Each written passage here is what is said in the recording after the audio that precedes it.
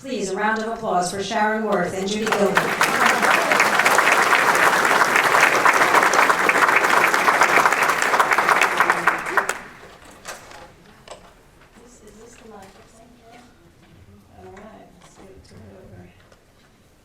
Thank you. Thank you for being here, but I think we need a round of applause for those technical people because where would we be?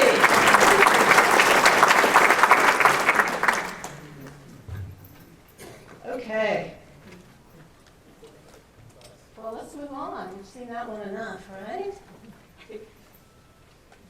All right, so we're going to talk a little bit about a project we've been involved with for a while called Plaques on Historic Buildings. This is a collaborative effort between the City of Ames Historic Preservation Commission, the Ames Historical Society, and the Main Street Cultural District. In the beginning on our committee was Judy and I, also Roberta Van from the Historic Preservation Commission. She had to step down, so now we have Jason Dietzenbach. So I want to give them some credit for working with us on this project too. The project began in 2013 when the city was preparing for its sesquicentennial, which was 2014, as you remember, and it's still ongoing. Hopefully you all got a brochure on your seat today. This is a little bit more information about the Plaque project, and inside it has a map. So if you took this brochure around and took a little walk, you will find all the Plaque locations. There's some architectural information here and some illustrations. Now, if you didn't get one of these, we may not have any more here today, but they are available at no charge at the History Center. And Judy always has them in her store also. Okay? So, in addition to that, it has a little bit, very brief information on the back about the history of Ames here. So, we have put that together as we've gone along. Okay. I would move this computer a little bit closer. So it doesn't mess anything up. All right, objectives of that program. We wanted to create a project with a visible, lasting presence. During the sesquicentennial, there were lots of events going on, but we were a group of people who really felt we wanted something that was going to carry on for a long time. So we decided to work on this project. Another objective, to bring those museum elements down to the street or the people. Sometimes people don't want to go to the museum, so we said, we'll just put it right out there in their face when they're downtown shopping and walking around. So we wanted to entice those citizens, as well as visitors, to learn about the history of the Ames community. Also to learn about the commercial architecture of downtown Ames, and we'll talk about that a little bit more as we go along. Results. So we're really pleased to have a visible project. There are 20 plaques up on buildings now, if you look around for them. We established a lot of new collaborations, and we'll talk about those a little bit more as we go along also. And we do feel like residents and visitors are learning about history and architecture. So we're excited about that. Several components to our project. We first did banners. And those were up in 2014 to begin with. They are still up there today. Hopefully you've noticed those colorful banners. And you see here on this one, oh, wait a minute. I'm not in sync, sorry. Get that one. There you go. Banners, 2014. You see on this one, Cynthia Duff, and we'll talk about her more as we go along too. It's hard to talk about the history of Ames without talking about Cynthia Duff. So we wanted some nice, bright, colorful banners. We worked with this. This was our first new collaboration to establish. We worked with a graphic design class at Iowa State University. So we had a really fun time working with the students and working with the instructor, who was very creative and very nurturing with her students. We ended up printing 7 different banners. So we had Cynthia Duff before. Here you see George Washington Carver, Mary Greeley, Wallace Greeley, and there's George Washington Carver again. So you notice there's a person on there, and then there's some little historical elements that relate to the person. So we'll go through those a little bit more as we go along. The dinky was certainly really important, so we pulled that out as an event, and then of course Parley Sheldon. So that worked well, and we were excited. And we purposefully had those banners designed so they didn't have a date on them. The seventh banner that you didn't see is the one that says Sesquicentennial. So we purposefully wanted most of them to not have a date on so that they could be used for a longer period of time, and once they're taken down, they could be used again if people wanted to do that.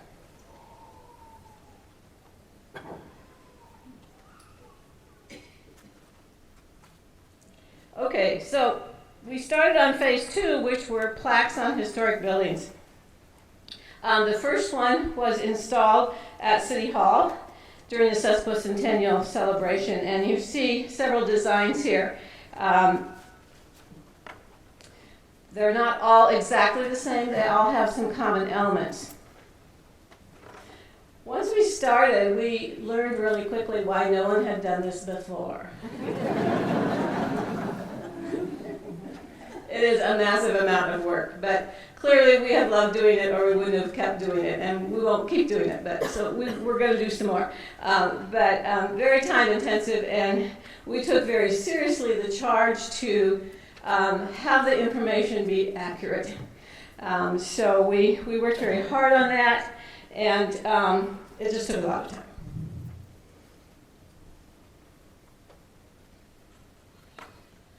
All right, I've got to get figured out between what's on the computer and what is on the screen. All right, I'm good now. All right, so process. How did we make it happen? First, we got some grant money from the City of Ames channeled through the Historic Preservation Commission. And there's a lot of process involved in that right there, but we won't go into those details. We spent a lot of time trying to figure out what these plaques would look like, what they would cost, what they would be made out of, who would be making them. That took us a long time. We did some field trips, went out, looked around, various things. Once we kind of decided on that, then we were down to working with either the business owner or the building owner. We worked with both, depending on the particular circumstances. And then we started to gather some history. We looked at lots and lots of sources. We did lots of research. Then we said we have to document things through at least 2 sources, so that was more time and more research. And then we were finally to the point where we felt like we could make a draft and do some editing, and then of course rewrite it. And once our committee approved it, then we took it back to the owner and sought their approval. So lots of layers of approval there. Once we had approval from both the committee and the owner, then we had them fabricated. We worked with Pella Engraving over in Pella, Iowa, so we were really happy to find a company that could make them in-house. So it's a small business over there in Pella, and we think they did a beautiful job. And then the final step is installation, which is a process too. So anyway, that's just kind of a brief overview of our steps there. A lot of times people say, well, where do you find the information? And so we could do a whole lecture on that, but not tonight. So just a few things that were really very helpful, of course. Talking with the owners, and that was part of the challenge, but also really, I think, a very rewarding part of this project was one of us was working one-on-one with every single plaque owner that we were working with. So the city did put in some grant money, but the owner has a hand in this too. They paid half, so they were very involved in terms of supplying us with information and approving what they wanted to have on the plaque. These plaques are not very big. So one of the first things we had to figure out was how many characters can we put on there? I mean, we're down to counting characters and spaces and commas and all of that stuff to see what fits on there and what doesn't, because there's ultimately always more history than you can get on this tiny little plaque. Let me go back, I'm sorry. Because I want to mention at the very least, I know you can read this, but I do want to mention Sanborn fire insurance maps, and Judy's going to show you one of those in a few minutes when she's talking about some things really valuable resources that a lot of people don't know about that were just done periodically. And they were literally maps drawing the outline of the building on the map. So you could trace how the building changed in terms of its footprint. So if a porch came on or a porch went off, for example, in a residential dwelling, if the maps were done at certain times, and those were commissioned by the communities. So they're variable from different places. City records, very interesting if you ever go to the Planning and Housing Department, where they have the records of permits and inspections, and very fascinating reading. You never know what you'll find there. Sometimes you'll find exactly what you're looking for. Sometimes you'll be really disappointed and not find much, and other times you'll find some wonderful surprises. Newspaperarchives.com is an incredible subscription service. There is a service available at the History Center. If you are interested in using that sometime, just call ahead and be sure they know that you'd like to do that. It's essentially an index of newspapers, so you can put in your search parameters by date or area or newspaper, whatever you want, time period, and it will pull those up for you. So it's just an incredible way to be able to search the history of an event or a person or a date, kind of thing. All right, so common design elements that we decided to have on there. And again, we worked a little bit with those same students from the graphic design class at Iowa State when we first started with this, so they were very helpful. So we settled on this little decorative frame design that you see here. We wanted an illustration of architectural details on every plaque. Then we always have some information about the building history. We always have a date. Sometimes we could find who the architect was. Sometimes we could find who the builder was. So if we found one or the other, that information was below the line there at the bottom. And if we didn't find that, then we just didn't have it. But always there is a description of the architectural details too, because part of the program that we feel is really important is helping you understand a little bit more about the downtown architecture that we have here in Ames. So here's a couple designs. We quickly found out that every building and their architecture did not just fit in the mold. So we created several molds. So sometimes you'll see a design off to the left side of the plaque, like you see here for the Union National Building. Most of the time you'll see the illustration going across the top there.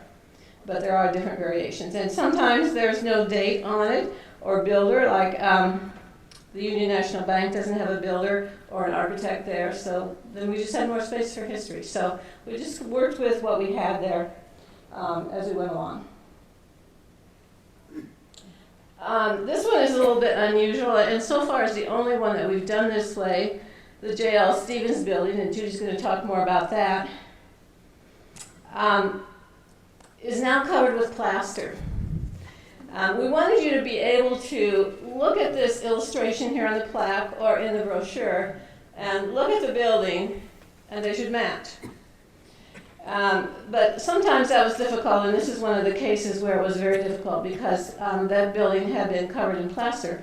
So we did work from a historical photo there.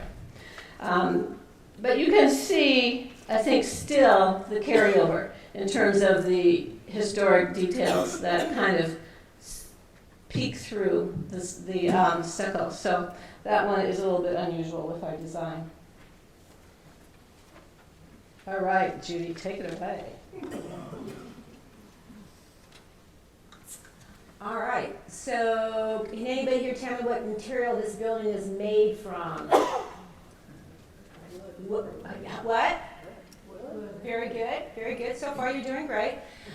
And to its demise, to the demise of this building, in 1887 there was a huge fire in downtown Ames. Are you familiar with that? I would hope none of you were there during it, so we're good. So, let's go. Now I can figure out how to do this.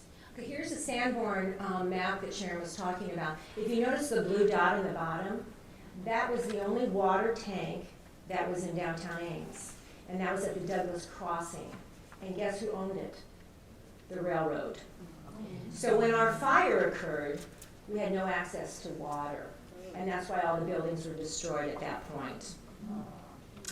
So now I want to keep an eye on where you see it on this one. I'm going to show you another photo, and we can thank Alex for finding this and the staff at the Historical Society. They have been so helpful. So there, again, circled is the same water tower, and that's on Douglas. So somewhere where that buggy might have been was, so it's Douglas, the railroad tracks, and then the empty lot or the road that is there.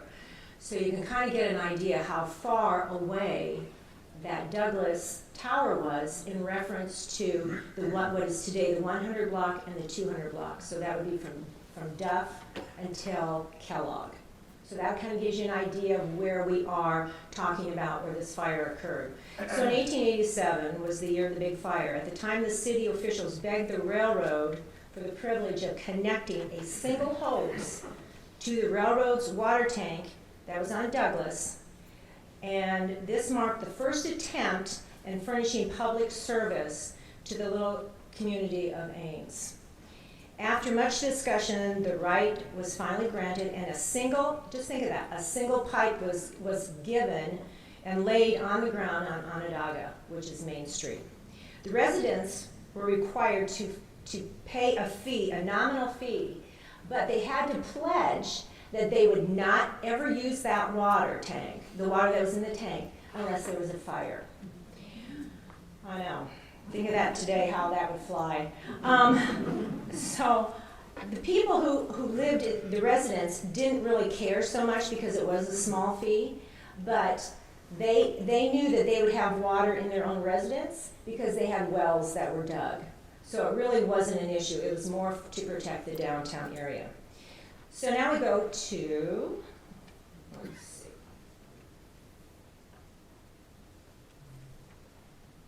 Do we wish it was still there? I don't think so.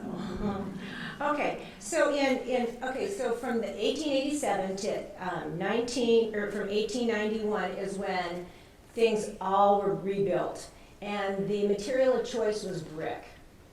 So downtown was completely rebuilt, and the city water works wooden tower and tank were built in the alley behind the Opera House, which is today the Loft.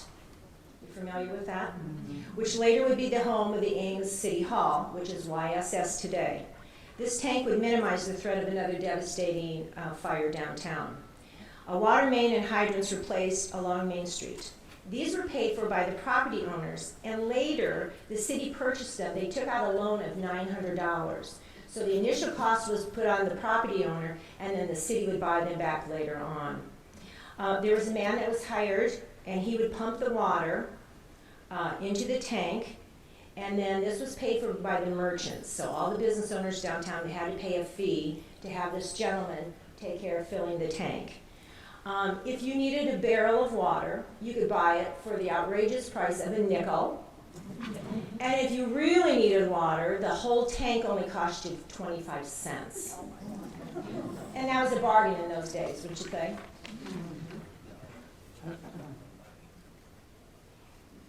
This picture is a great illustration of the Victorian era that was built, and that is on the south side of Main Street. But you can see the decorative work that was done on the buildings, and again, in brick. This is one of my favorite photos. Again, this is, let's see. Is this the one? Oh, okay, so this is, I want to make sure I got it. Yeah, that's just the busyness of the street. The photograph was taken in 1915.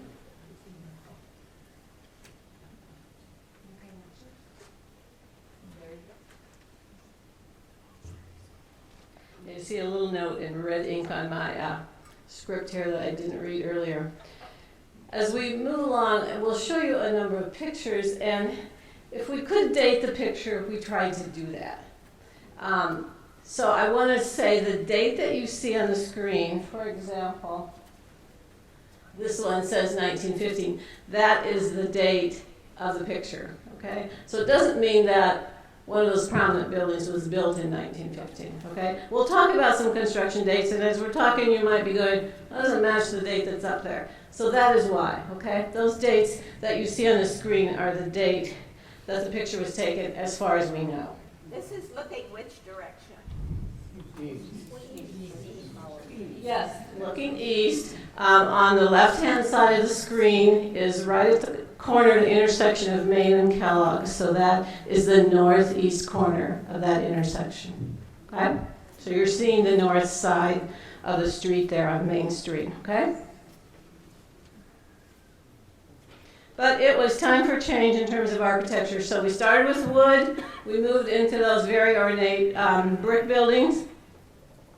But around the country, architecture was changing, and a new style was coming along. It was much simpler, a commercial style of architecture, which was an outgrowth of the Prairie School. And you probably are a little bit familiar with the Prairie School residential architecture.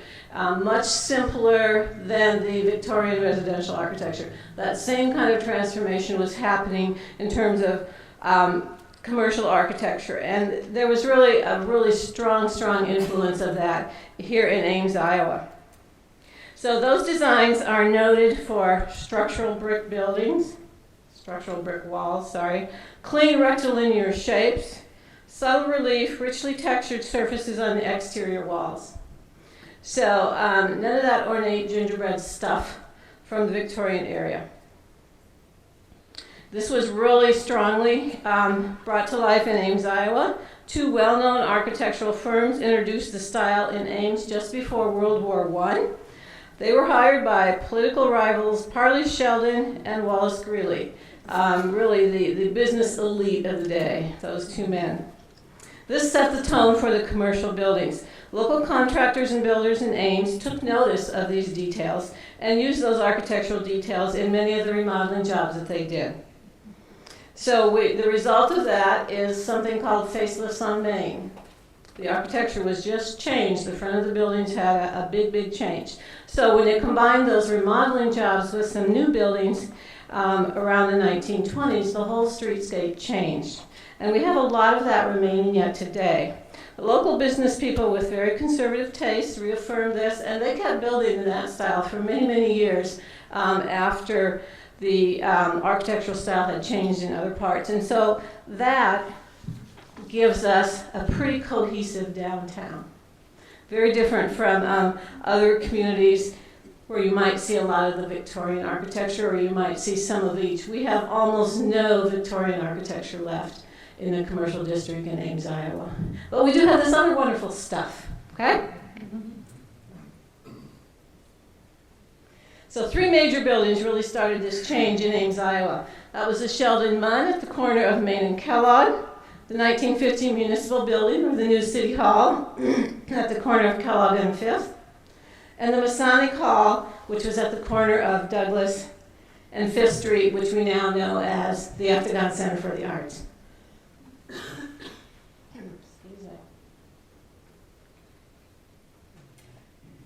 So we'll look a little bit at each of these buildings. The Sheldon Munn, this photograph is from 1918.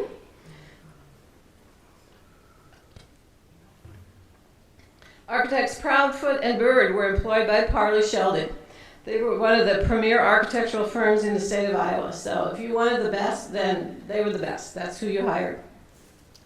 This was a joint financial venture of Parley Sheldon and A.H. or Fred Munn.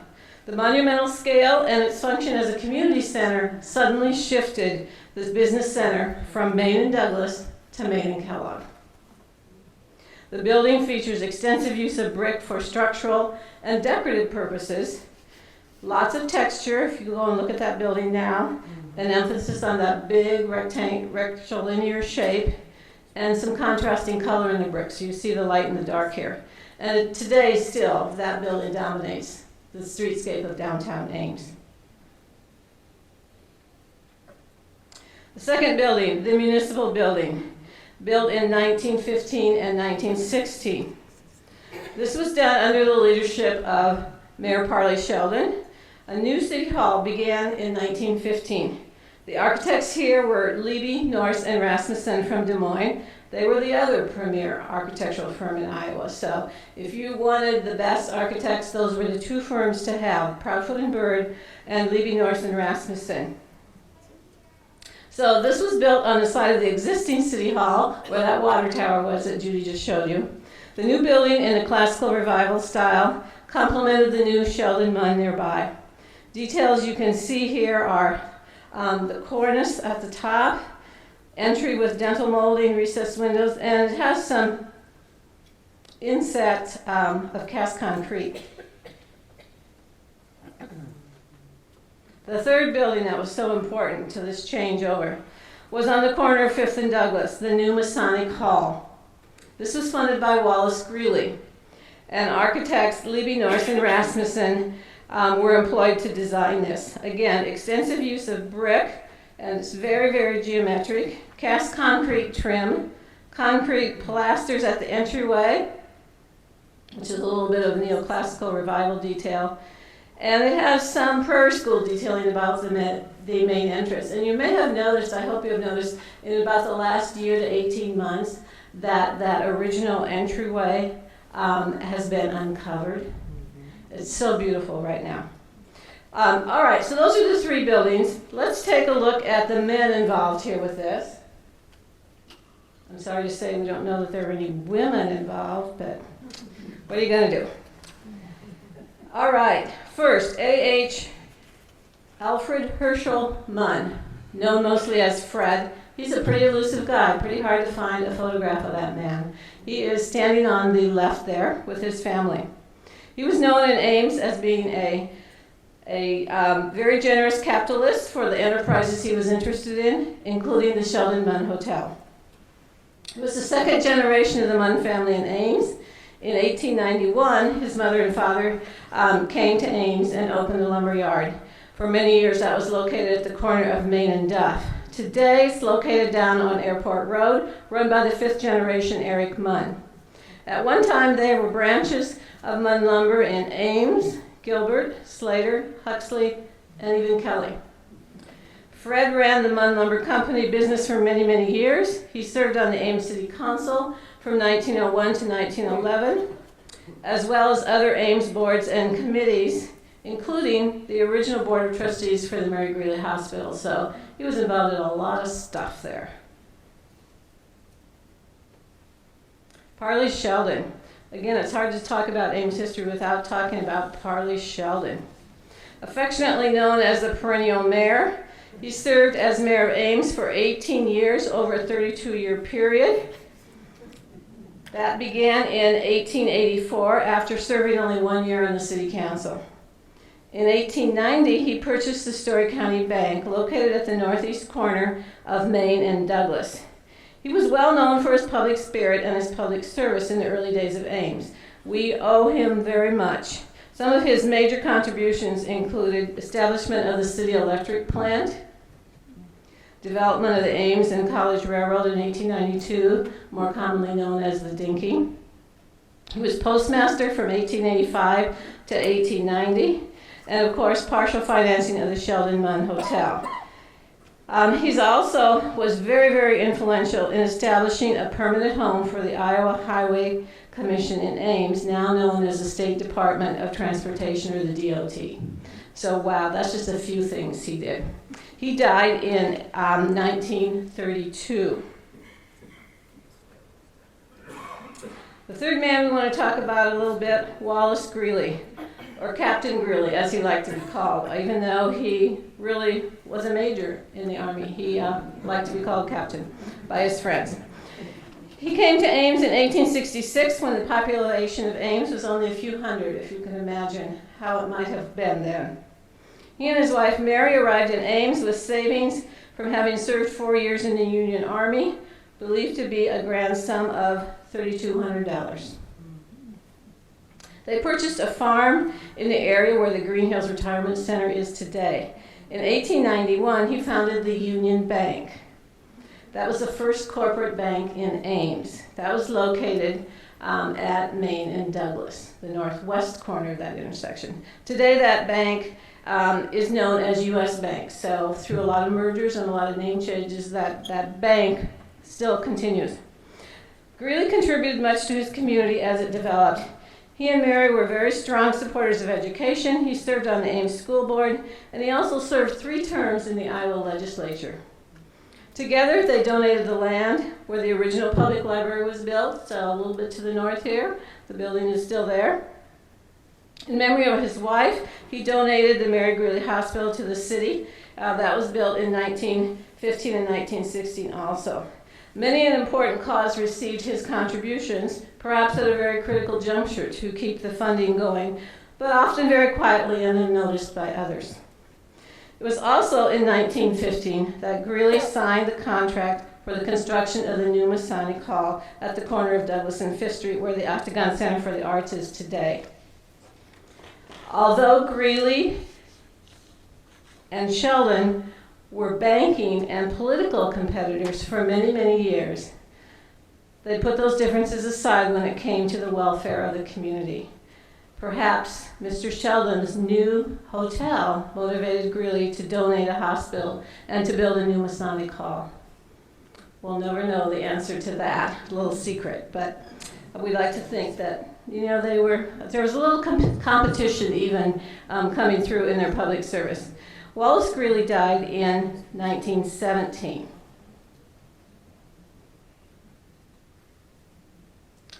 Here is Mr. Greeley's bank, with a few men there having a little conversation. This is, as I said, at Main and Douglas at the northwest corner, where today we have the kitchen, home, and bath. And you may remember this arch from one of the earlier slides where we were looking at the plaques. That little arch detail, that is the same building.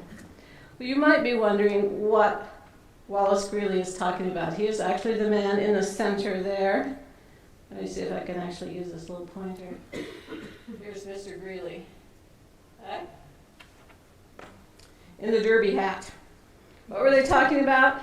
I like to think Wallace was sharing a little story with his friends there, which goes like this. In March of 1915, the Ames Women Club was organized. That was a very, very community-minded organization, and the first project they took on involved raising money for a drinking fountain on Main Street.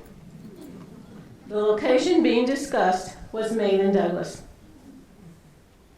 Either the northeast corner, which was Mr. Sheldon's bank, or the northwestern corner, which was Mr. Greeley's bank. So certainly they were both going to be asked to contribute to this drinking fountain. The cost of the drinking fountain was $50. But the husband of one of the women involved, Mr. Linebaugh, volunteered to talk with the bankers to see about a contribution. He went first to Mr. Greeley, who he knew very well, and suggested that each of the men contribute $25. Captain Greeley asked where the fountain would be located. Mr. Linebaugh said, "There's talk of putting it in front of the Story County Bank," which was Mr. Sheldon's bank. Captain Greeley wrote a check for $50 on the spot and said, "Leave Sheldon out of this and put it over here." And so Parley Sheldon was not consulted about where to put that drinking fountain. It was on the corner with Greeley's bank for many, many years. That's a little story that Farwell Brown has in one of his books. So there is the drinking fountain. And again, thanks to Alex for finding this in the Historical Society archives. I think we're a little torturous with him. We had our list, and we'd go down there and say, "Here's what I want, Alex," and he was incredible in finding them almost all the time. All right. You have noticed by now I am pretty enthused about the architecture in downtown Ames. I think it is one of the best kept secrets about downtown, frankly. Led by those 3 buildings we discussed, the Victorian architecture was changing over to a new style, characterized by these brick walls, clean rectilinear shapes, highly textured surfaces. But there were some major features there that we'll talk about one at a time. Parapet panels, brick patterning, polychrome, string courses, in-frame windows, and paired windows, and I promise we'll define each of those. Most of these details are seen up on the second story of the building. So I know when you go down there, you're probably shopping or you're looking for a particular service and you're looking right there at street level. But if you don't ever look up, you're really missing out on these wonderful architectural details. So sometime, just slow down, enjoy, look up, and you'll see all of those things that are up there just waiting for you. Parapet panels and brick patterning. This is a building where Emmerhoff Shoes is. Parapet panel is that area above the window but below the roof. Pretty simple. And so if you look up there, you will see a wide variety of brick patterns on our buildings when you move from one to another. Just lots and lots of craftsmanship went into that brick patterning. So it really is quite amazing to see in person, and I hope that you will take a little walk sometime with just that in mind, looking for the different brick patterns. About polychrome. That simply means multicolored. Again, if you look at those bricks, you'll see lots and lots of colors. And you'll see some brick patterning here at the top there. This is the Mormons building right now. You see lots of yellows and reds and things. Here's a little more polychrome. How about that one? Do you know where that building is? Which building has purple bricks downtown? The frame shop. Okay? It's a little hard to capture the purple in a photograph, but I think you can see the purple coming out. Really unusual and really beautiful. String course is probably just what you're thinking. It looks like a string is wrapped around there. A lot of those are in cast concrete like you see here. Sometimes there's one on the building, sometimes there's two. You've kind of got two going on here, one at the top of the windows and one at the bottom of the windows. And then another feature we mentioned earlier was paired windows. So if you look at a lot of the buildings, you'll see windows in pairs, and that looks very different from just single windows. And it kind of establishes a rhythm. This is the photosynthesis building that you see here. In-framed windows. What building have we got? Sheldon and that big building. Hundreds of windows in that building. Hundreds of them, and they all have this frame of contrasting brick around them. So it really is a very dynamic feature, and we'll look at that a little bit more when we get down the road a little bit, but Judy wants to tell you about horses and other stuff. How you doing? Is it interesting? Yeah. So our research was worth it, right? Yeah. Thank you. Thank you. Okay, so we have a group of people here. We had a walking tour in June of last summer in June, and these are some of the characters that we had dressed up so that they could tell the stories of the buildings that they were standing in front of for our historical walk that you had the brochure for. So that's what you see here, and I'm going to tell you a little bit about some of the stories they had to tell. Okay, so let's think back. Let's take yourself back and think about the horses and what a role they played in everyday life. The horses took people and supplies whenever and wherever they needed to go. That was the only mode of transportation. So I want you to think about downtown Ames. It was not paved, and the horses were everywhere, hitched to many posts, okay? So, life in the early days was dependent on horses. Now I want you to remember, I think I forgot to tell you about, on this corner, which is where the loft is, which was beyond Main and Kellogg, was one of the many, well, the two, we had two pumps. So they were a well, and they were a pump so that people could get water. And there was a cup that was hanging there so that people could drink water while they were shopping downtown, or that the horses could drink water while they were just hanging out, okay? So the scenario is set. So think of the horses. Here's the pump. There's the pump. So just think of the horses being attached to the poles and the people walking and having a drink of water, chit-chatting. Okay.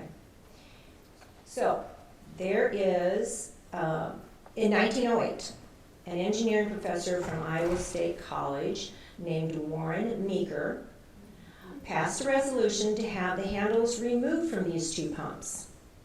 Keep in mind that a cup hung from these pumps so that people could drink while they were shopping. So Professor Meeker had the water tested. Seems like a pretty logical thing to do today, but he was forward thinking and said, I think we better check this water. Keeping in mind the horses were downtown. And the fire station, which was where YSS is today, those horses that pulled the wagon, the fire wagon, lived in that building. So can you imagine all the waste they produced? And where do you think that waste went? The alley. Yes. Where it was very close to where the water pump was. Okay. So the water was tested, and to our no surprise, it was polluted. So the horses were still in Ames, but the street was not paved until 1910, and the poles were not, or the posts that the horses were tied to were not removed until 1911.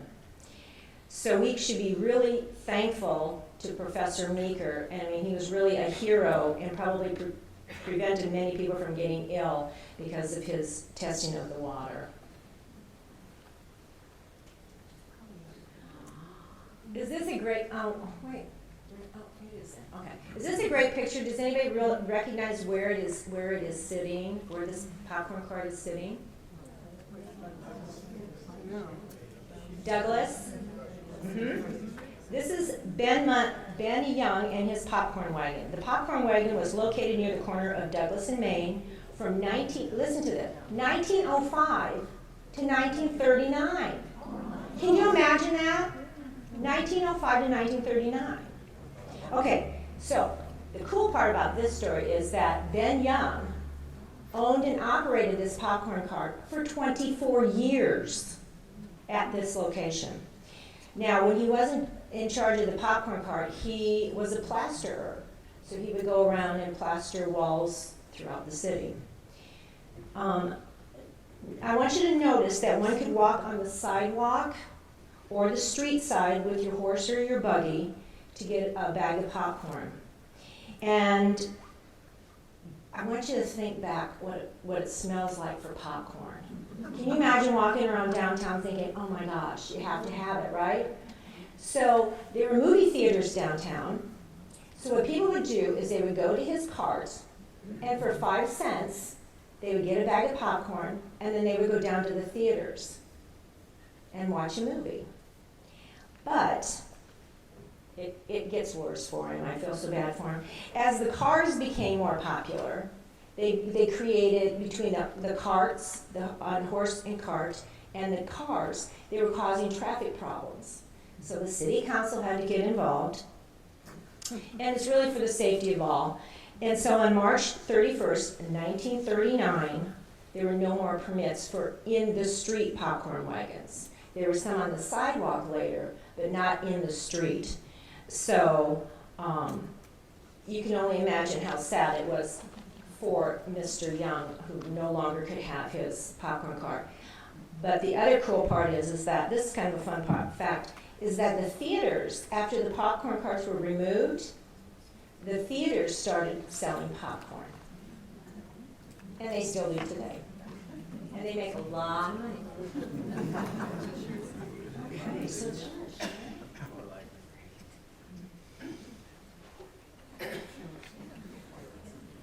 we want to talk a bit about Cynthia Duff. We've got to get some women in here. We're talking about so many men. Cynthia Duff, really a feminist way before her time. Land agent, restaurateur. She and her husband Alexander, that you see here, came to Ames in 1863. Ames was not even a town yet then. They purchased 320 acres north of 13th Street, near where Meeker School is located today.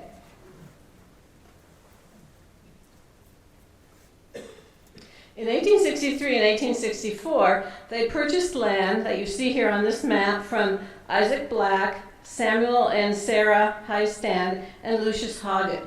It is said that these owners did not want the railroad near their property, and so they would not sell to any railroad agents. But acting as Blair's agent, he was the railroad guy, John Blair, Cynthia told them it was really for her relatives who were coming from the east to settle here. So in November of 1864, she then sold the land to Mr. Blair, who platted the town of Ames and reserved land for the railroad right-of-way. So she was a little sneaky there, but we, again, owe her a lot in getting our town started. Being a shrewd businesswoman, a restaurant was opened on Main Street where Cynthia was able to benefit from the railroad by feeding the railroad crews. For some time, the post office was located in front of the restaurant, so that was a busy place, the hub of the town there. The restaurant was located where today we find Cynthia Duff Plaza, which is on the south side of Main and Douglas. And it's one of the few places it's only one of two places where you can cut through the middle of the block to get to the back parking lot. So this one is down there at Douglas Avenue. In 1999, the City Council named the plaza to honor Cynthia Duff, and the stainless steel artwork that's there today was commissioned in 2001 by the Public Art Commission. Story County Master Gardeners designed and maintained the landscaping. The plaque that you see here in the front left corner was moved from the inside of the plaza to near the sidewalk at our committee's request as we were working on this plaque project, because we felt it would be much more likely to be noticed at the front there along the sidewalk as people were looking hopefully for building plaques. So you'll see in our brochure and our map that this plaque is on there, but we really take no credit for it other than saying to the city, why don't you move that up here so people can see it? And they did. Due to the influence of Cynthia and John Blair, the Cedar Rapids and Missouri River Railroad deeded 2 lots at 6th and Kellogg to the Congregational Church. This was the first church established in Ames. Originally, a wooden structure was built in 1866. What you see here is the brick structure built in 1900. Additions have been made to it in 1930 and 1958 to accommodate the growing congregation. The bell, still used today, was donated by Oaks Ames in the 1860s. If you came downtown last summer when we were doing our plaque walk, you could have rung the bell. Did anybody do that? Not anyone? Oh, there's one. Good. So the church was really wonderful in allowing that to be done. The first communion service for the church was brought to Ames from Syracuse, New York, a gift from Cynthia's friends back there. She was known as a hard worker, and it is said that she helped to build the window sashes and putty the windows in that very first church, where she was also a Sunday school teacher. She died in 1907. Here's the church as you see it today. Notice the big square tower with a concrete cap and turrets, steep gables and arched windows. So it really is a beautiful architectural specimen. This is, I don't know if I said, located on the corner of 6th and Kellogg. Cynthia Duff is also memorialized in our town today with some current street names. Duff Avenue, of course. This led north to the Duff Farm, and Kellogg Avenue. Kellogg is her maiden name. So we still have lots of ways to remember Cynthia. The first depot. Of course, we would have to talk a little bit about the railroad. This is not what many people think of when they think of the depot in Ames, but this was the first depot. Stood on the west side of Duff Avenue, on the south side of the tracks. Not too far from where Dutch Oven Bakery is today. Construction in 1865 by the Cedar Rapids and Missouri River Railroad. However, in December of 1865, that name changed to the Chicago and Northwestern Railroad, a name we're a little bit more familiar with. Building materials of heavy timbers, plank wainscoting and old-fashioned beaded wainscoting were likely brought to Ames from eastern Iowa mills by the railroad. This was the place where early pioneers first set foot in what was often then referred to as Ames Station, even though the official name was always Ames. Other buildings being sparse or non-existent, this was really a hub right here. It was in this building that early church services were held. A small amount of groceries were available for purchase. However, the town grew very rapidly, and soon there was a thriving business district just across the tracks from the depot. Also welcomed at the depot, of course, were early staff and students of the new college, which opened in 1869. The early business district grew along Main Street up Douglas Avenue. Arrivals were often reporting that they could hunt ducks on the pond located just to the west and south of the depot. So that's kind of over there where Burger King is now. Little pond there. This original depot that we just saw was demolished in 1991 after serving for many years as a warehouse. In 1900, the Chicago and Northwestern Railroad changed to a two-track system, and they built a new depot for us, much larger on the north side of the tracks between Clark and Grand Avenue. As the town and the college grew, the original one had become inadequate and many thought was an eyesore. By then, Ames' population was, if you can believe it, 1900, 2,422. Student enrollment, 940, and growing steadily. That's what we hear now. It's just growing all the time. The new station, designed by Frost and Granger, a prestigious architectural firm from Chicago, was estimated to cost $30,000. These were the days of rail passenger service, and many thousands of Iowa State students, professional people, and commercial travelers arrived here by train. Newspaper reports state that the new station would be ready for occupancy in October of 1900. It further stated, "As Ames is the home of Iowa State College, we are informed that no pains will be spared to make this a place of landscaped gardening that will be second to none in the United States." That's a pretty big boast there. It was, however, often described as the most beautiful station between Chicago and Denver. The beautiful landscaping that was the result of a cooperative arrangement, even then, between the railroad and the Horticultural Department of Iowa State. So Ames has a long history of cooperation between town and the university. We're very fortunate here.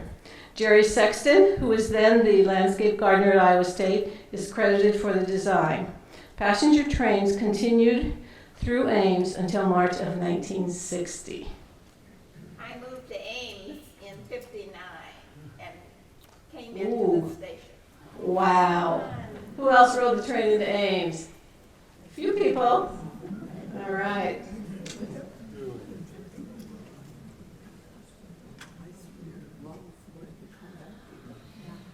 Okay, this building is very near and dear to me. This is the building that now houses Gilger Designs. It was built in 1907. It was opened in 1907. And the gentleman on your right in the vest is John Cole.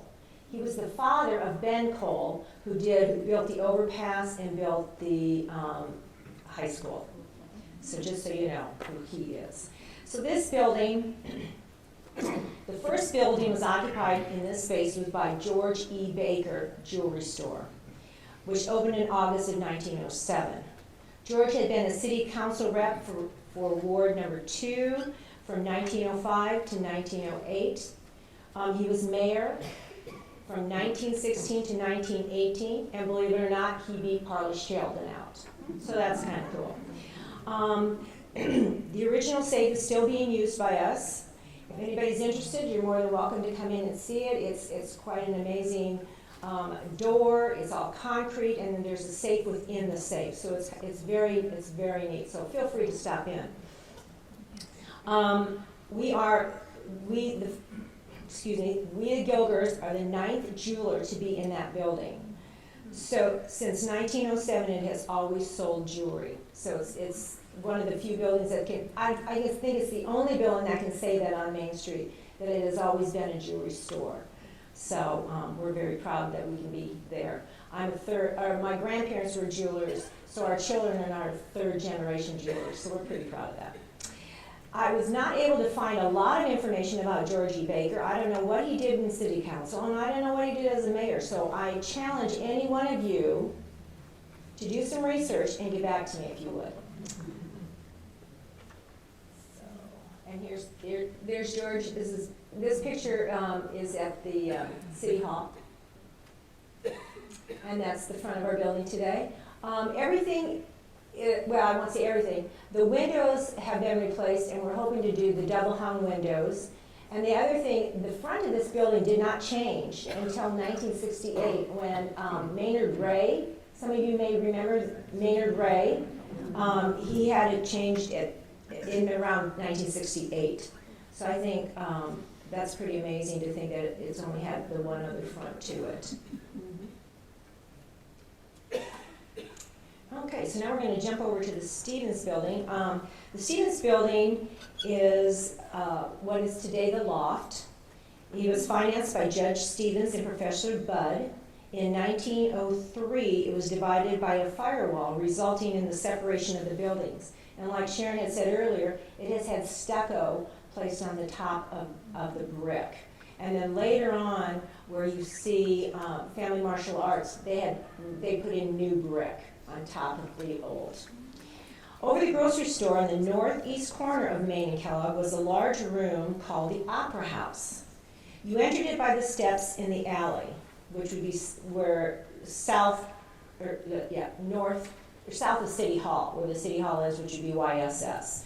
So that's how you would get up there. And records show that it was very beautifully decorated. They had coal oil lamps, and they had a raised platform. The audience would sit on chairs, and then they would remove the chairs so that they could do a lot of dancing. There was many performances that were done in that space. At one point, they wanted to do Arabian Nights, so they needed a white horse. Well, how do you get a white horse up there? Well, they asked Mr. J. Allen, and he was kind enough to build a ramp so they could get the horse upstairs. Isn't that cool? And they had commercials for the merchants on Main Street. The local ladies and young children would do commercials. So they would do these little skits. And sometimes the people felt that the skits were a lot better than the performances. And the Iowa State College used the auditorium for plays and for different ceremonies because before the Sheldon Munn was built, this was the largest space available, holding up to 600 people. So I get talking and then I forget to, okay, there it is. There's the building I'm talking about, people. And again, it was the upper level that was used for that was the Opera House. Okay, let's see. And then here's the photograph where I was telling you about where the brick is newer and the stucco. And again, it had its ornamentation, the Victorian Era ornamentation, and that had been taken out in the early 1900s.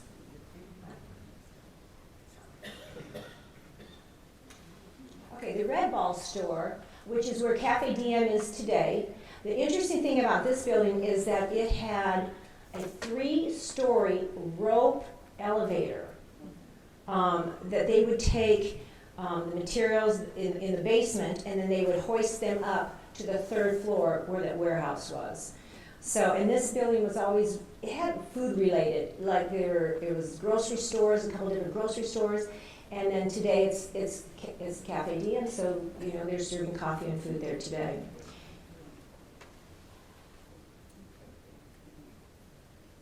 And there's the front.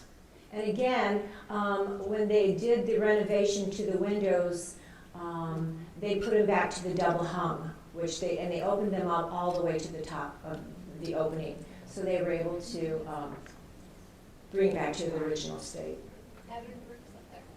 See the pattern bricks? Okay, so here's Professor Budd. His building was constructed in 1895, and it's where Duckworth Waring is today and Chocolaterie Stam. And it was also built by John Cole, who again was the father of Ben Cole, who did many buildings downtown. It was built for Professor Budd, who was the horticulturalist, who was also a mason. And on the second floor, let me see, I don't remember to turn. Okay, on the second floor there, housed the Masons, the Arcadia Lodge, number 249, AF and AM, until Captain Greeley completed the new Masonic Temple, which in 1916, which is the Octagon building today. Some say the quality of the building indicates that the Masons helped with the construction because it was so beautifully built. Here's the fun part though. Okay, so now you got the building. So Professor Budd had a daughter, her name was Etta, who was an artist. And she couldn't find employment at Iowa State College because art was not yet accepted as a subject fit for study at a land-grant institution. But she was hired down in Simpson College, where she met a young artist, George Washington Carver. So Etta says, hey, George, you need to go meet my dad. And he's the horticulturalist at Iowa State. And he took his drawings to see her father, and the rest is history, as they say. So thank you to Etta for meeting George, who then came to Iowa State. Okay, this is Dr. Jenny Grist, and she was the first female medical doctor in Ames, and she practiced with her husband David, and they were quite progressive, and people felt that they were ahead of the curve on things because they provided x-rays for people, and they also specialized in the diseases of women and children.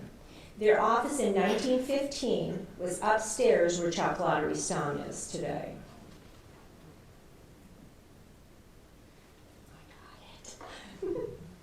Okay, on the first floor, okay, so you can see where Duckworth is, and then you move over. That entire building was the Fair Store for many years. It was founded by Joseph Jacobs in September of 1895. There were other fair stores throughout the state of Iowa. So it is, I can't say for sure, but the suspicion is that this might have been the first chain store in Iowa. So that's kind of cool. Let's see. Oh, somebody's answered the phone. Okay, here's the Sheldon Munn. There's a lot of things that are wonderfully written about the Sheldon Munn, and there's many stories to be had. But today I think we should sing Happy Birthday, because on May 31st, 1916 is when it was formally opened. So as of this May 31st, it'll be the 101st birthday of the Sheldon Munn. Hey, Sheldon. The first hotels in Ames were beginning to outlive their usefulness. A group of businessmen gathered to discuss plans for a new hotel. It took them 12 years, people. 12 years to decide what to do and how to do it. But I thought this was really insightful. Their thought was, and this is in quotes, they wanted that they would build, okay, so the new hotel would meet not only the immediate needs, but to meet the future needs of a growing city. So I thought that was really good. I think we need to keep in mind that we need to think forward. So it was decided that Parley Sheldon and Mr. Munn would be the two men to make this happen. Now, I have to show you this photograph. Okay, so we have the Sheldon Munn on the left. We have the loft on the right. In the basement of the loft is a doorway that could have been where an opening for a tunnel to go underneath the streets for these two buildings. Now just think back. In the Depression era, during Prohibition, Do you think that maybe, just maybe there was a little speakeasy somewhere, either in the loft, but there is a real good chance that it could have been in the Sheldon Mud, because one of the articles I read was saying that there was a smoker in the basement of the Sheldon Mud. Now, does that mean like for the chef to be smoking meat? I don't know. So I challenge you again, if anybody can find out any information, that there could be a possibility of a speakeasy down there. Okay. I need some water. Has anybody seen this photograph anywhere, or this drawing anywhere before? Well, let me tell you the story. I would guess that most people out here in the audience have had a friend or somebody they knew that is, oh yeah, I'm going to do this, and I've got great plans for this, and they're going to, one day I'm going to do. Well, back in 1913, there's a gentleman named George Gilger, I'm hoping I'm saying his name correctly, who managed the Scenic Theater. Gerbrock? Thank you. I've labored over this, and I'm sorry. Joe, please forgive me. So anyway, in 1913, he managed the theaters, the Scenic Theater. And he would tell his friends that someday, on the northwest corner, now carefully listen, the northwest corner of Kellogg and Main, okay? So, on Halloween night in 1914, his friends decided, okay, we got to move this along. He thinks he's going to build something there. Here's what we're going to do. Now, there was no plumbing per se in the 1914s. So people used outhouses, or a nicer word, privy. So anyway, these friends of Joel decided that they would confiscate one, maybe, and move it to the lot, the vacant lot on the northwest corner of Kellogg and Main. And that's what so this is a drawing done so that when the people came downtown the night after Halloween, they saw this building, and it had these wonderful coming attraction posters on it and main entrance, and it just made everybody just want to go right in there. So lucky for Joe, Harley Sheldon and Mr. Munn decided that they had better ideas for that space. And there it is. There's their better idea, the Sheldon Munn. As you can see, recently they have been renovating it, and if you come downtown, you'll see that the original openings have been closed up with glass. At the very top, above the signage there, in the transom area, is where they found the prism glass that was designed by Frank Lloyd Wright, and the Luxford Company produced it in the late 1800s. At that point, they found 7 panels, and we are hoping in the near future to have them restored and reinstalled in the Sheldon Mud somehow. You can also find some panels. There's 12 panels. There's some in the Octagon, and then the Heroic Ink and the Octagon Arts Center gift shop. So those are things that we are going to hopefully work on in the near future. And there it is. And I can say that many of the 56 rooms have been rented, and that there will be a new shop on the corner coming soon. So I think Parley Sheldon and Mr. Munn, Fred Munn, would be very proud to see that their building is still being used. Thank you. I think it is so exciting to see the changes at the Sheldon Munn and just seeing it really look like a beautiful building again. It's very nice. Okay. I hope you're not thinking we're going to keep you here all night. We really are kind of getting to the end. This 1919 photo shows the western end of Main Street, and you can see there on the right-hand side of the screen the Sheldon Munn, and not much to the left. The west end of Main Street was pretty slow to develop, even though the depot had relocated to the west end of Main, way down there at Clark, in 1900. So in 1919, there still wasn't much going on there. very few businesses. There were some residences there, so it had not converted over to commercial usage yet. The addition to the Sheldon Munn that is not even in this picture yet, from 1919, the addition was built in 1926 and 1927, so it took quite a while. The event that is shown here in this photograph is a welcome home parade for the World War I soldiers. A significant addition to the West Main Street in 1922, though, was the Lynch Ash Building at 317 Main. And this ad was one that we found when we were researching that showed all the businesses that were located there when it opened. You had the Lynch Ash business, you had the Ames building alone, you had a couple of doctors up on the second floor. The Ames Building and Loan Association was pretty unusual in that it was a nonprofit organization focused on home building. The Ames Daily Tribune and Evening Times of June 27, 1923 reports, almost as phenomenal as the growth of Jack's beanstalk is the recent growth for the Ames building alone. That's a lot of building. This business had financed more than 100 homes in the last 22 months.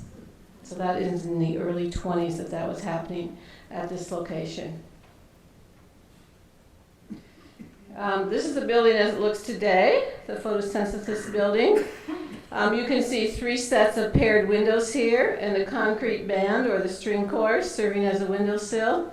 Architects for this building were Kimball, Bali, and Cowgill. Dr. Kimball was with the architecture department at Iowa State and actually designed a number of buildings here in Ames. So again, you can see way up there at the top in the parapet pattern, some patterned bricks. I hope you've been noticing those as we've gone along. Montgomery Ward was another business that located at the western end of Main Street. Anybody here shop at Montgomery Ward on Main Street? All right, look at all those hands. Great. Here's how the store looked in 1962. The corner building there at Main and Burnett, which is now Everett's Flowers, was a 2-story building. Montgomery Ward's store occupied 3 storefronts at one time, selling everything from clothing to farm equipment. One of those buildings was this beautiful Art Deco building at 327 Main. Built in 1928, it was financed by car dealer Max Deutsch and built by Ben Cole, who you've been hearing about. Details that you see here, vertical parapets accenting and framing the colorful, intricate brickwork on the unusual 3-bay design at the top there with the windows. So this is truly a building you need to go down and just look up and look at it for quite a while. There's just so many ornate details there. Let's travel over to 5th Street. This is the Mcfarland Clinic building. As it was in 1946, it was only 1 story when Dr. Guy Mcfarland started a multi-specialty group practice because he thought this was the best way to offer medical care. So that was the beginning of our Mcfarland Clinic that we're all so familiar with today. In 1951, it was expanded by adding a 2nd story, which cost $47,000. The clinic was actually located in this building until 1962 when it moved up north near where the hospital is now. This building today is occupied by Mars Wealth Management. Beth and Craig Mars renovated the building in 2012, including the rebuilding of that unique canopy that you see here that had been removed over the years. So they went to great lengths to put that back. It's pretty typical of a 1950s building with some nice straight lines and rhythmic window openings. So we're excited to have a plaque on this building also. Hey, what is next? We are working now to establish an online presence. using something called Story Map. We want it to be accessible from all those mobile devices. It will be hosted by the Ames Historical website, and I want to credit Ryan Riley, who has been taking photographs for us to match historic photos. So we give him a historic photo and say, we want that building today, and so he goes out and takes one of the very same angle. So I think that's going to be really fun when we get this all set up to be able to see the historic building and then the building today from the same angle. That is being done by volunteers also. So we'll get there. It's not there yet. We were hoping it was ready for you today and we could show it to you, but it's not quite there. So we're working on that. That's phase 4. Phase 5, coming after that, the rest of phase 4 is really a few more building plaques. One of those, which will be at the depot, since the depot is so important to our community. We're looking at a larger interpretive panel there, and again, we do have some funding from the City of Ames, channeled through the Historic Preservation Commission, so we're excited about that. And you'll see some changes there, and a few other plaques also. And then phase 5, an interpretive panel. We're not sure where that will be.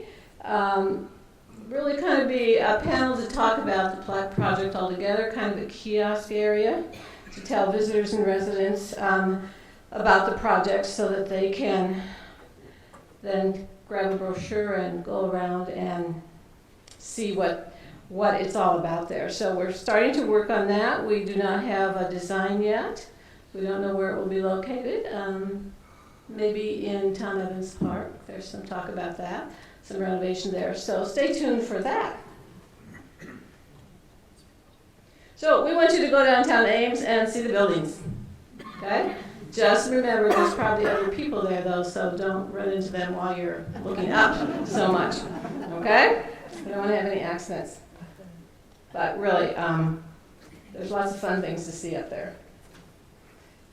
Just a list of our many sources of information that we dug through. We are happy to entertain a few questions. I know we have gone a long time, but remember we got that late start. So. Can we answer any questions? Yes? How much do the plaques cost? Good question. The people that have them already, they were around $500. Now the new round, of course, will be more expensive.